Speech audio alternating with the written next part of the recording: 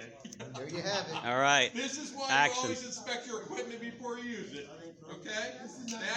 That's a little more going the angle. Oh, is this your chainsaw? No, that ain't my chainsaw. No, that's a little more play than you want in a chainsaw blade. That shouldn't go anywhere like that. Note on this one, there's like none of that.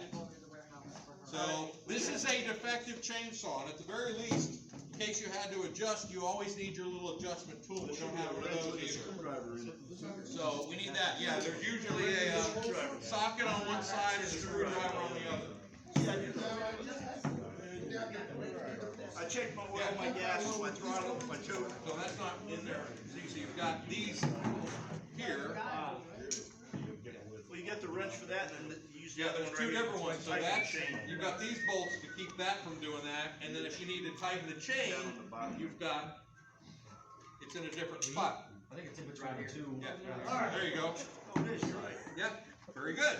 Okay, and they're in different places in the book. So we need one to tighten up that, and then we may need one at some point, because even if you start tight, what happens is, after you use it for a while, it may loosen up. And with this many people, we may have a situation where we'll need to tighten that chain up on one of these after a little while. You retired yet?